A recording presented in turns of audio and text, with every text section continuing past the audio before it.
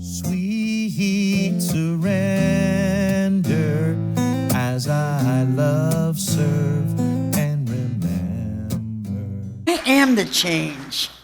I am the change that the world needs, as each and every one of us is. So we have been following the exploration of self-actualization for the month of February. And you know, when you think of the Maslow's theory, we've got all that survival stuff on the bottom of the pyramid, and then you come into your socialization, and self-actualization comes to the very top of the pyramid. That's when we start to explore the creativity that is us. And that is today's topic, is creativity comes from the Creator. Now, when I first came up with that title, I was thinking, you know, that's pretty darn basic. This whole community is really advanced consciousness. And if any of you have attended any classes and listened to some of the conversations that go on, you'll know that. So I said, do I really want to go that basic? And I said, you know, sometimes it's the very basic elements of these teachings that I forget, I take for granted. Creativity comes from the Creator. Of course it does. Everything comes from the Creator. How could it not be otherwise?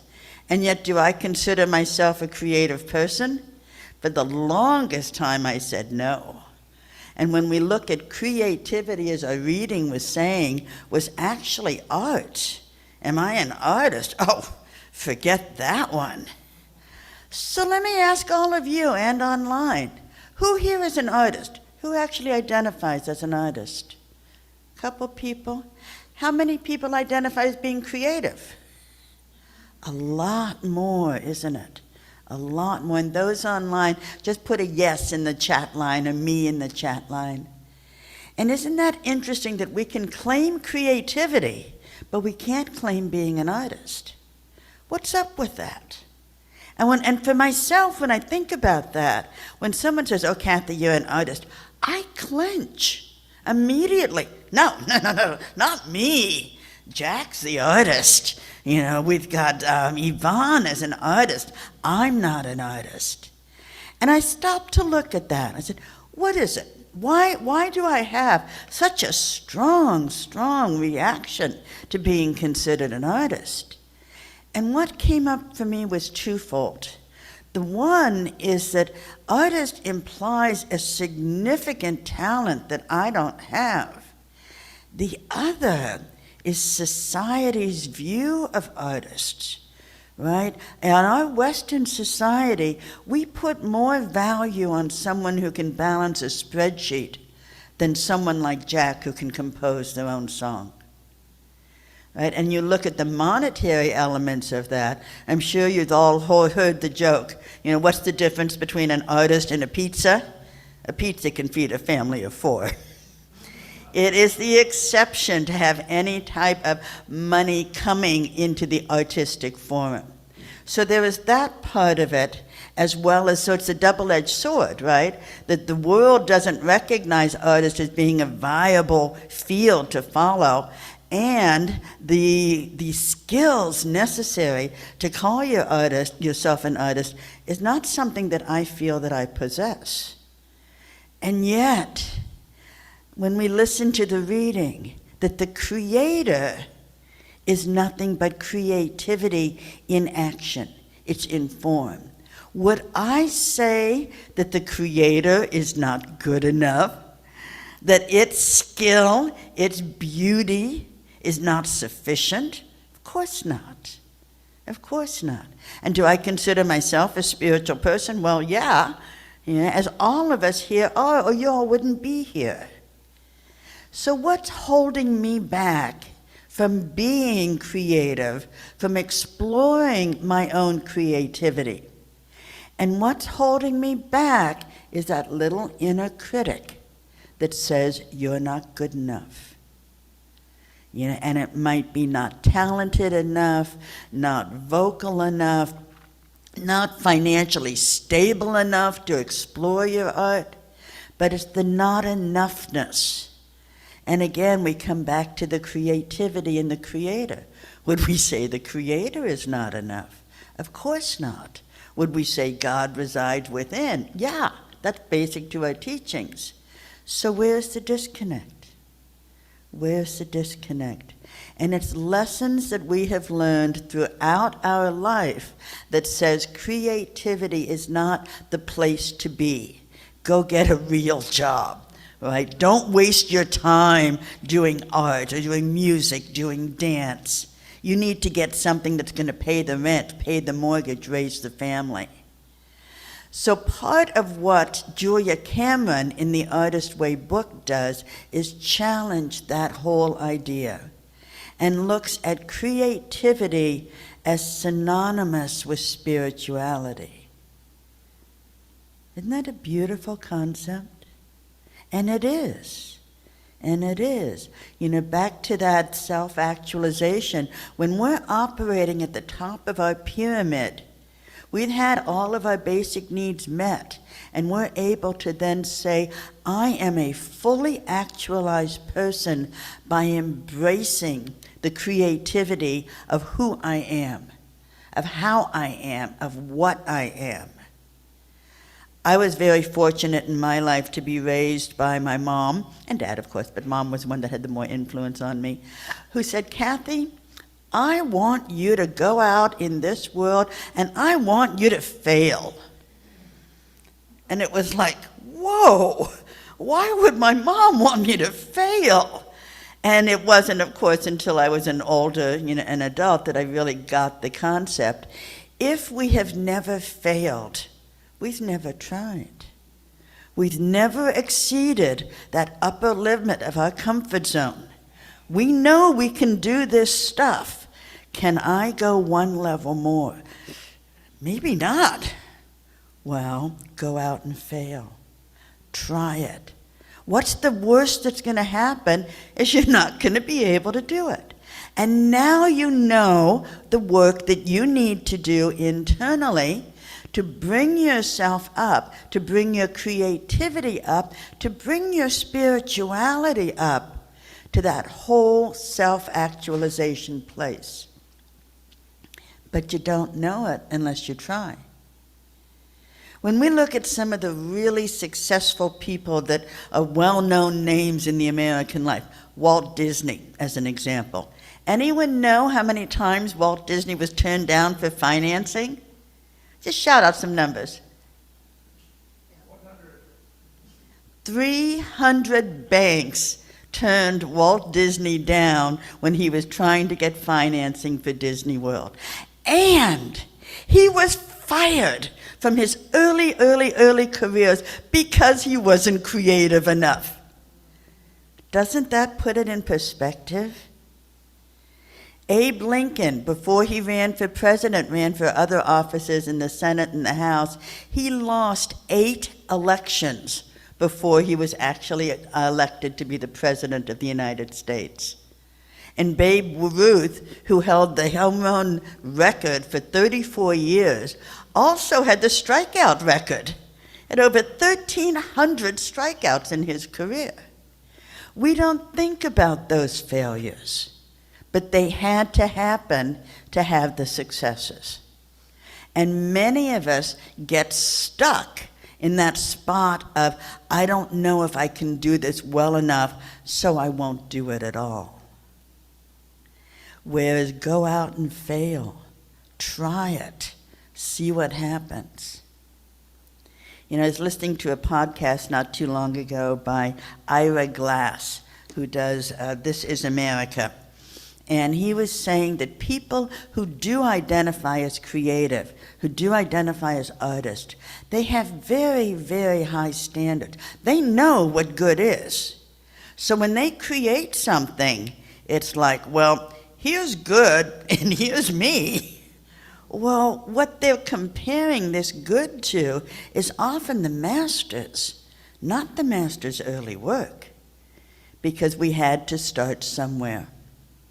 Brené Brown, who has written over 10 books, said there is no innovation and creativity without failure. So sharing with you one of my early endeavors into the creative world. In ministerial school, we had to do a lot with creativity because it is what comes from the spiritual creator. So I was asked to put together a poem. Well, I just sweated bullets on that one because, again, I'm an analytical person. I'm a business person. I was a project manager in the corporate world. That whole creative side was just something, not that I didn't have, I had never explored. So when I had to write a poem, I wrote down what I came across it the other day. I kind of came out Dr. Seuss-ish. I am God. God I am. Except when I'm not. And then I still am. For kindergarten, it was a pretty good, decent little poem. Would it be published in the annals of great poetry? Of course not. Of course not. And yet we often hold ourselves to that standard. And because we can't get there, we don't get off of the hump to even give it a shot.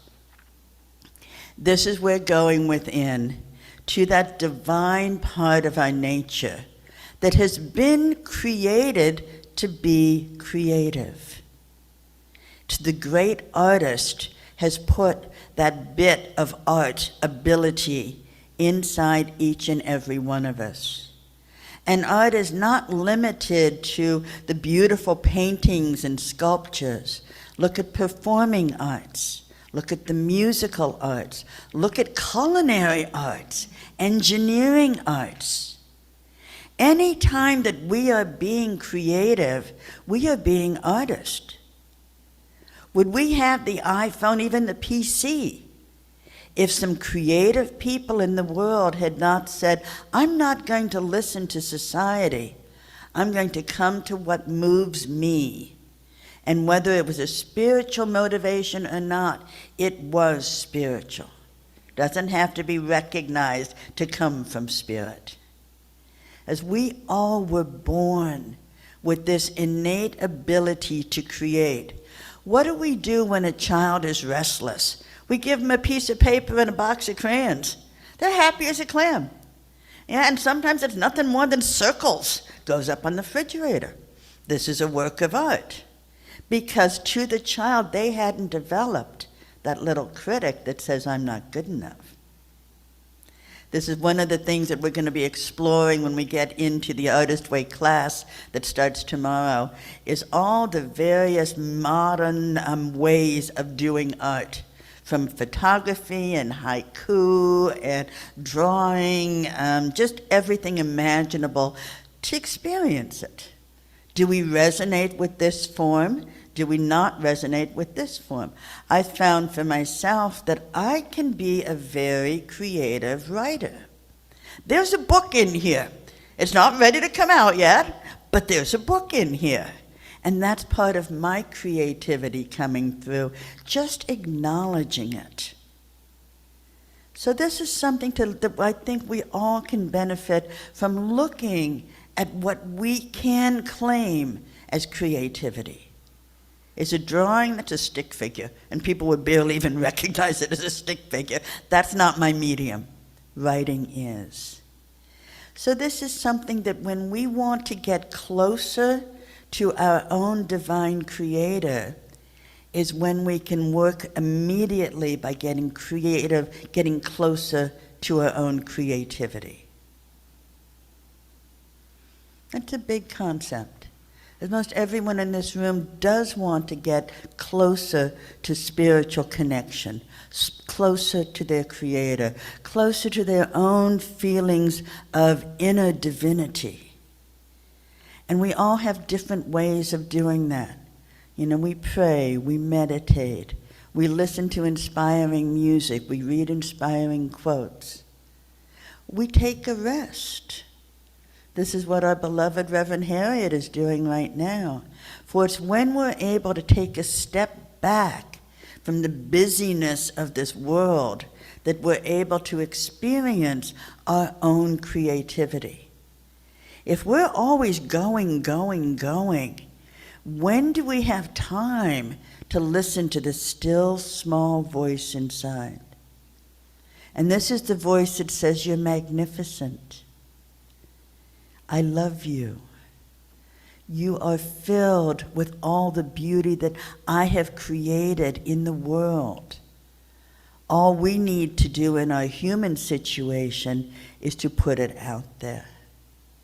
And to know that this inner critic is here, that's part of being human. We don't need to listen to it. We can be the Walt Disneys, the Babe Ruths, the Abe Lincoln, and say, even though I've got failure upon failure upon failure, do it anyways. Follow my mom's advice. Go out and fail. And that's just such a novel concept to us, right? We don't think about failure as being something we want to achieve, and yet it is.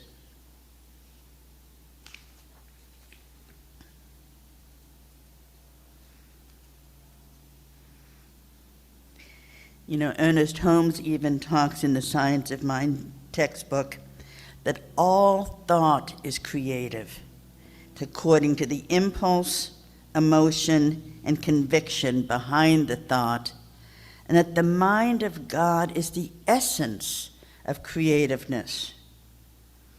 You know, I think there's a reason why so many religions around the world refer to Spirit, to God, as the great creator.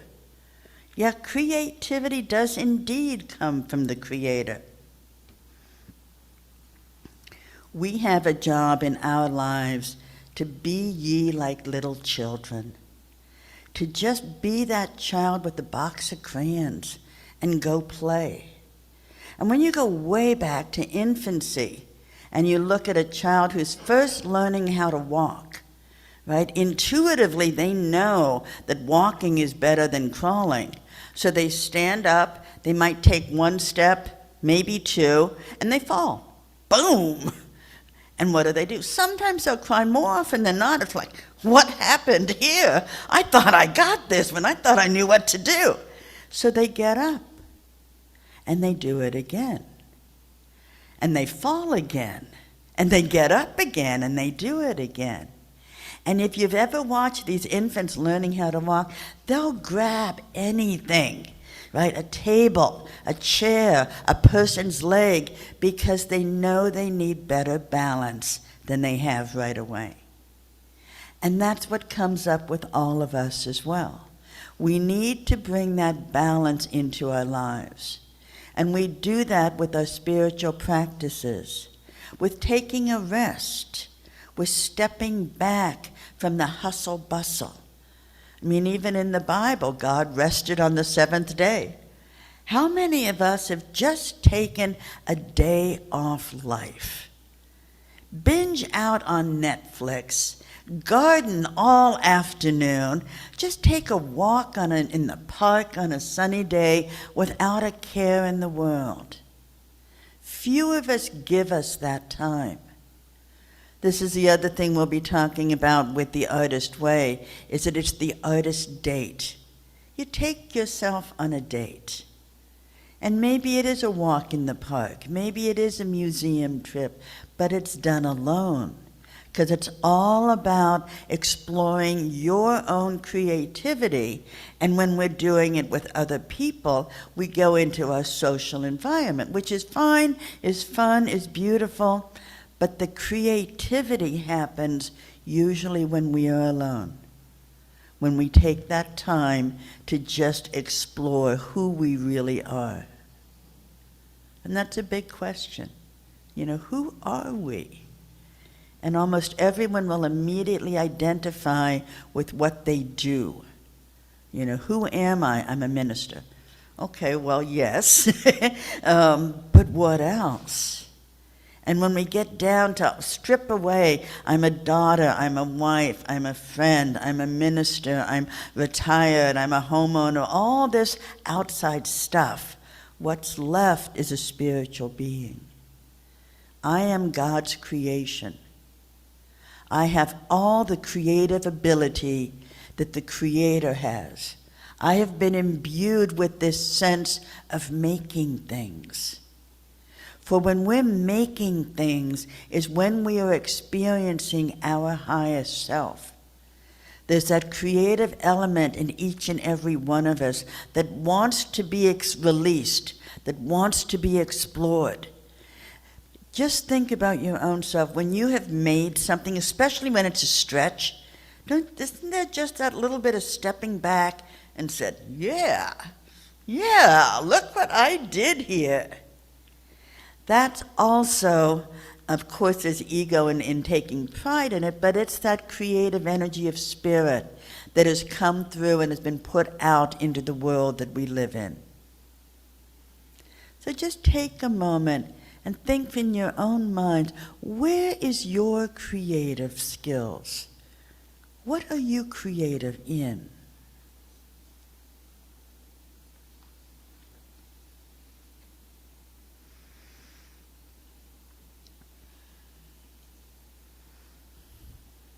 What came to mind? Let's shout out some things. Who's creative in what area? Put it in the chat line for those of you online. Anything? Radio design, absolutely. That is a creative skill. We know Jack, obviously, with his music. Myself, I identified with the writing. There's so many avenues out there. Culinary skills is another thing. I love to cook and to put together the different colors and flavors, in unique and really creative ways. When we stop and think about it, we can find that level within ourselves that is our creator in the world today. And one of the things that I've recognized that also tends to stop creativity, a little bit of a paradox here, which we were exploring in January, perfectionism.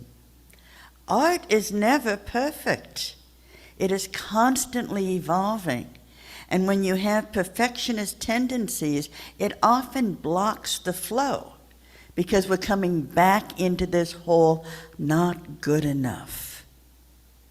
And to counter that, we come into a spiritual sense of being.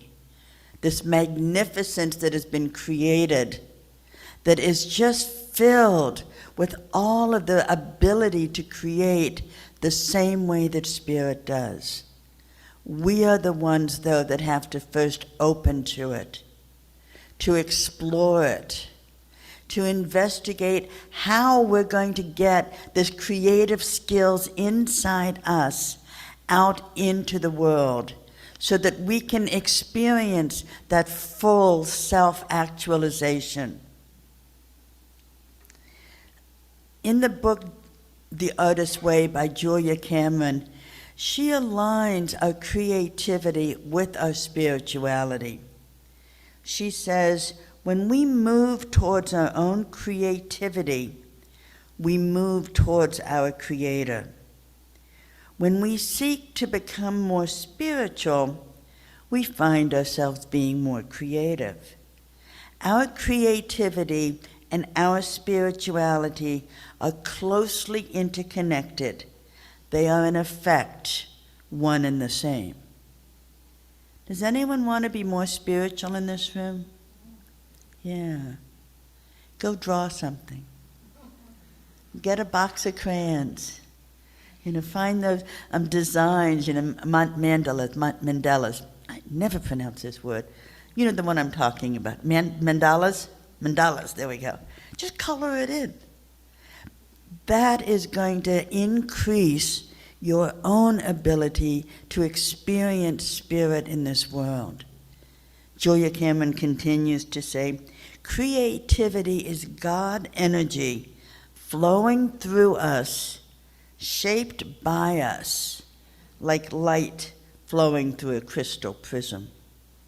It's going to have so many ways of expressing. And perfectionism stops that. Perfectionism wants that one ray of light narrowly focused on one object. What's more beautiful, this one ray of light or a prism of light just reflecting everything in the world? We are that prism. We are the reflection of that light within. We are creative, for we come from our Creator. One of the things that Julia Cameron also brings up when she's looking at perfectionism deals with mastery. She likes to look at mystery instead of mastery. For mystery just brings us in, lures us into the next level, the next clue, the next way of being. Mastery is finite. Mystery is infinite. So think mystery, not mastery. Think progress, not perfection. And come within to the creative powers that is your own spiritual powers. And let God do the rest. We create the quantity, God creates the quality. With that, let us pray. As I breathe deeply of the Spirit within me, bringing to light all of the creative ability, creative skills in my whole being that is the divine essence of life. It is the magnificence in me. It is the magnificence in everyone in this room and online and on the planet. So in this moment, at this time, in this day, I just move away from the judgment, the self-critic, the one who says, I'm not good enough. And I go to that creative place that is spirit, that is my spiritual energies coming forth into the world in whatever creative endeavor I choose. There is a myriad of choices out there for creativity, for spirituality. I give this to God. I make myself a device that is used by the Creator to bring beauty into this world. I am so grateful to be able to be this vehicle, to let my creativity shine, to go out and fail. And I say thank you for these lessons, Spirit. Thank you for the opportunity to be more tomorrow than I was today. Thank you for this beautiful creativity that has been imbued in me. And with my mind filled with this gratitude of life, I release this word, and I invite all of you to join me as we say together, and so it is. I walk in God in all